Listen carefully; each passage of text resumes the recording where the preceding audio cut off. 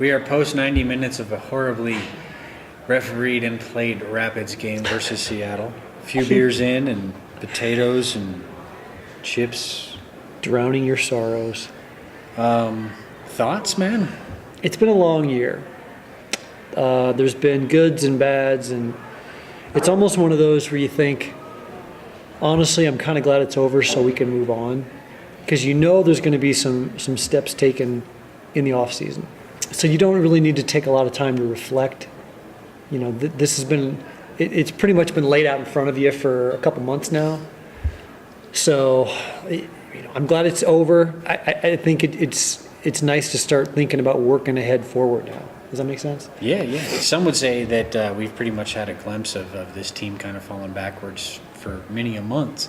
What would be your favorite takeaways of the season, pros and cons? What was your favorite moment, and what sticks with you? Like, oh man, that's hard to forget. I'm gonna miss Kevin Doyle, obviously.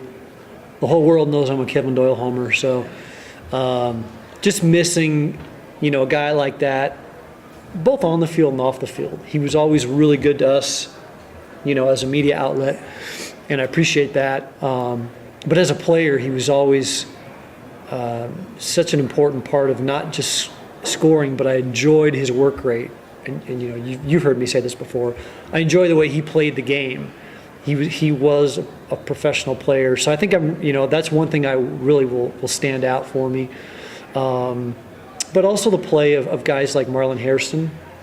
I think he really took a big step this year towards his growth as being a mature player.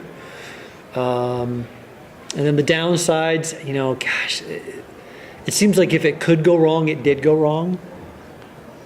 More so on the road, obviously, than at home. But the one disappointing thing was the fact that defensively, the defensive record was really hard to duplicate.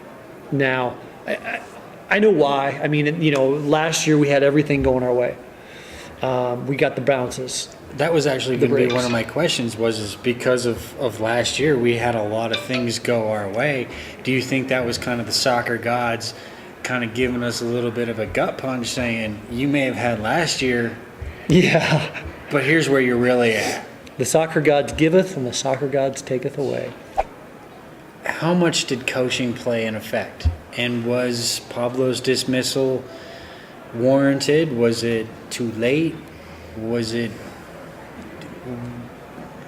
You never really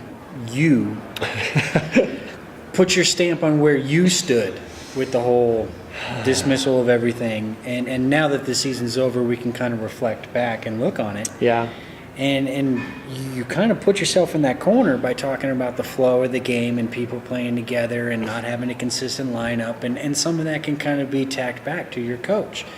So where do you feel about the Pablo experience? Boy, deep. I don't know if I've had enough vanilla porter to get that deep. Uno mas, bring more. No, you asked there a second ago, was it warranted? I think it probably was. And it's funny because I think if Pablo was sitting here with us, he would agree, because he's been a player for so long.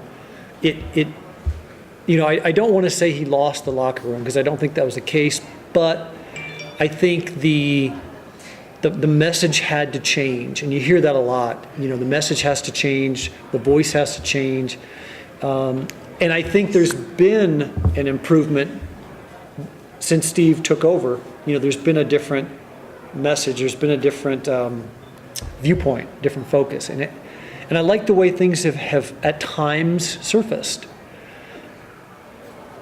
The form on the road was still poor. Results were abysmal. I mean, it is what it is. You always hear, there's an old adage that you are what your record says you are. And when you're 1-14 on the road, that's pretty self-explanatory. So yeah, I think it was warranted. It was time to move on. I don't think it was too late, because I think at the time it happened, early August, there was still enough of the season left, but we took for granted how quickly that could be done. And even Steve said, actually, in the interview I had with him here recently, one-on-one, he said, one of the things I found interesting is he said, I waited too long to make the changes I wanted to make. He waited too long, had a bit too much respect for the way things were done before getting in there and getting his hands dirty and saying, okay, this is the way we're going to do it. So that may have run us out of time a little bit. But again, I think the change was necessary, and it's. He was new in a position. That's kind of one of those things where maybe some seasoned coach might have known to step in and make his adjustments right away. Yeah. But since this is all kind of just show fodder at this point, are you on the Steve Cook train? Do you want to see him as the head coach, or are you more of a supporter of the global search, and what are you looking for as far as a head coach? Who would you, not even who, more of what would you like to see moving forward? Before this last week, I was probably, kind of wishy-washy, middle of the fence. Honestly, it didn't really matter to me if Steve came back and they brought somebody else in. That's totally their prerogative. But after sitting down with him for a lengthy chat and getting to hear kind of the way he approaches things, I honestly would like to see Steve given the keys and to kind of run with and see what happens. And probably the biggest thing, the reason I say that is I don't look forward to starting over again. I'm a certain fan of a particular college football program, and I've seen how when you turn over and start programs over again, you just have that knockdown effect, and then you've got to build yourself back up. And I don't think we want to do that at this point. I think there's enough to build on that we don't want to just reset the table. And I think Steve has a fantastic relationship not only with the front office but the players. And if you bring somebody else in, that's going to take a while to build up. That relationship's not going to be there. It's going to take time for guys to figure out. So I would like to see him be given the opportunity to, see where he can take them. All right. And I think for me, my perspective and takeaway on basically everything that we've been talking about, recapping it all down, my end of it is I would like to see Steve Cookie be a part of the organization. Agreed. For sure, at very least. Exactly. Yeah. If you're going to bring in a new coach, kind of based off of what you just said, you're going to have to bring in someone who the players already respect just based on name only or resume, where maybe, okay, some guys, and we've been around enough players we've played where some guys are going to be arrogant and be like, oh, I've never fucking heard of this guy. Yeah. So bringing in somebody, there's kind of that context to it. This season got away from the Rapids from the get-go. Early. Like, it just, the wheels fell off, and it was kind of like, to use a gamer reference, you might as well go order another beer. But yeah. If you were basically playing Battlefield and you were trying to drive a tank and everybody else was snipers or medics, there's just no way to keep something that was consistently getting damaged from breaking down completely. I'm going to take your word for that. It happened. And yeah. I think that to a fan's and supporters' perspective, you don't want to have to see your team make the rebuild. Correct. You don't want to have to go through what Nebraska's had to go through for a decade and two. Why are you going to call them out like that? Jeez. Well, CU's no better, man. That's why we can play games. Anyway, you don't want to have to go through that. But I think that for the first time ever, and I've been a part of this club one way or another since 96. And for the first time ever, I feel confident with the front office. Agreed. With people in those positions that make decisions that matter.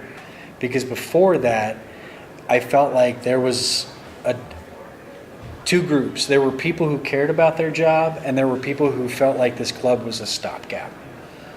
And the people who felt like this club were a stopgap were kind of in that semi-important positions, and they didn't make the decisions and do certain things that maybe were soccer-oriented and maybe business-oriented or personal, or it doesn't matter. A lot of that seems to be gone now. And I feel like the culture in the front office, and this is something that the off-season hopefully will help us paint the picture of, is that the people that they're bringing in are soccer related, and they care about this club and that they want this club to succeed. They're not here because they care about their career or what they want to do moving forward. They're here because this is what they want to do with their life and the club. Right. That hasn't happened with this club before in 20 plus years. So I think that this is the beginning of a whole new change, and it's going to take a long time for people who would rather rub their foot on KSE and rely on how shitty things have been in the past. But I truly believe, without a guarantee, because we know how I make my guarantees. Don't go there. I truly believe changes on the horizon. I agree. Now. I agree. And again, that's why I like somebody like a Steve Cook, because I think he's tuned into that. And hopefully the front office is too. And it's funny, he made a statement that said, the most important people in this club are the players. And I think the front office, I think that's trickling down now from the front office. So I like what I'm hearing so far from that section. Yeah. So that gives me hope. That gives me some confidence going forward. It just depends, though. Soccer's a weird game. You always hear players say, that's soccer, that's the game. That's the game of sport. You can go out there and play like $1 million for 89 minutes, and 45 seconds will kill you. Yeah, something goes crazy wrong, and you lose your shot. So yeah, what we're going to do, I've decided to do a series of behind-the-scenes interviews.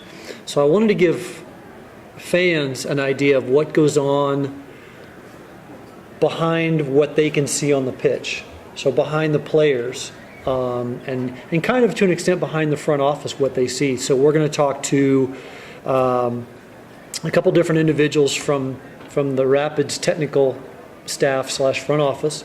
One of them is James Rowling. He's the team administrator. So he basically runs, and I was blown away how much he actually has to deal with. But he runs really the operations of that team day in, day out. Really good. So we'll have a good chat with him. I'm also going to talk to one of the scouts, Chris Zitterbart. We all know him and love him as CZ. That's how you say his name? Yep. Chris is traveling right now, but he and I are going to get together, so we'll have a nice sit-down interview there. May also talk to Brandy Lay, who is the equipment extraordinaire, runs that whole side of the business as well. So just some things to kind of tide fans over until we get to Champions League and preseason and drafts and things like that. So give them a look at the team behind their team. So this is the written stuff that he's going to be doing that'll be on the website. And so for the YouTube stuff that we're aiming to do, I'm going to be sitting down with Ryan Madden, the Director of Communications, bi-weekly. And sometimes we may have a special guest. It may be whoever. But it's going to be box to box, from press box to penalty box. We may have some players and stuff like that come on. It's going to be completely random, so you're going to want to stay tuned. And what we're going to do is we're going to be able to give you the access and insight that you normally wouldn't get from anywhere else. So stay tuned to that. We're going to have a lot of things going on in the off season, and keep in mind these guys are starting in February. Regular season starts earlier this year. Yeah. So It's going to happen quicker than we think. we all got to step our game up. Where's the drop button? Step your game off, step your game off.